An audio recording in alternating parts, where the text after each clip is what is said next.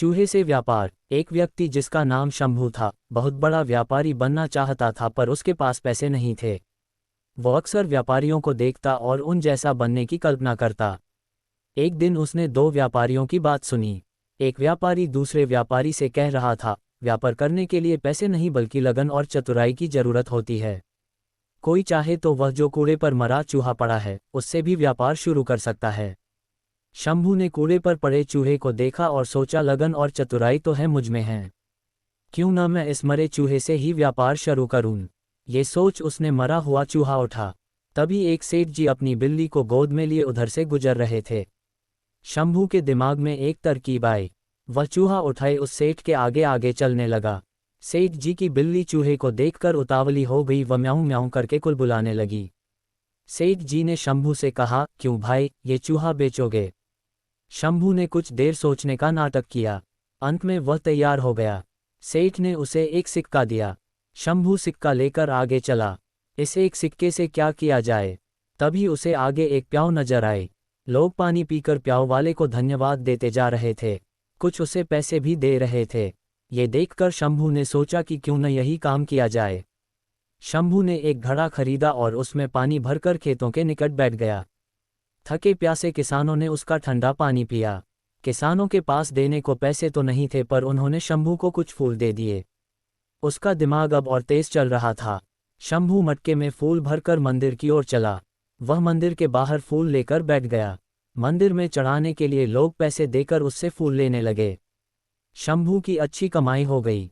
अब वो दोपहर को किसानों को पानी पिलाकर उनसे फूल पाता और शाम को मंदिर में बेचकर पैसे कमाता। एक दिन उसने किसी से सुना कि एक बड़ा व्यापारी अगले महीने 500 घोड़े लेकर शहर आने वाला है। उसका दिमाग दौड़ने लगा। वो घड़े में पानी व गुड़ डालकर जंगल की ओर चल दिया। वहां घसियारों, घास काटने वाले को मुफ्त में शरबत पिलाता। घसियारे उसके बहुत आभारी हो गए। वे उसकी सेवा के बदले उसके लिए कुछ करना चाहते, पर शंभू उन्हें कहता, समय आएगा तो मौका दूंगा। एक दिन वो समय भी आ गया जब घोड़े का व्यापारी अपने 500 घोड़े लेकर शहर आ गया। शंभू घसियारों के पास गया और अपनी सारी जमा पूंजी देकर बोला, आज जितनी घास आपने काटी है वह मुझे बेच दो। घसियारे तुरंत मान गए। चंदू ने सारी घास ले ली। इस कारण बाजार में कोई घास नहीं लाया। व्यापारी शहर पहुंचा तो उसे घोड़ों के लिए घास नहीं मिली। केवल एक जगह घास का अंबार लगाए शंभू मिला। उसके पास 500 गट्ठर थे। व्यापारी को घोड़ों के लिए घास की बहुत जरूरत थी। उसने शंभू से घास की कीमत पूछी। चंदू ने 1000 सिक्के मांगे। मजबूर होकर व्यापारी को घास के लिए 1000 सिक्के देने पड़े। कुछ ही दिनों बाद एक जहाज माल लेकर आया। नगर के व्यापारियों के दल के पहुंचने से पहले ही शंभू जहाज के व्यापारियों के पास पहुंच गया और उसने 1000 सिक्के अग्रिम देकर जहाज का सारा माल खरीद लिया। नगर के व्यापारियों को शंभू से माल खरीदना पड़ा। शंभू ने व्यापारियों से पैसे लेकर जहाज वालों को पूरी कीमत दे दी। शहर के व्यापारियों में शंभू मशहूर हो गया। सब उसकी चतुराई के कायल हो गए। एक दिन शंभू एक व्यापारी के घर गया। ये वही व्यापारी था जिसकी बात सुनकर शंभू ने मरे चूहे से अपना कारोबार शुरू किया था। शंभू ने एक सोने का चूहा उस व्यापारी के सामने रखा और बोला, आप मेरे गुरु हैं, ये सोने का चूहा गुरु दक्षिणा के रूप में स्वीकार कीजिए। शंभू ने मरे चूहे से लेकर अब तक की सारी कहानी उसे सुना दी।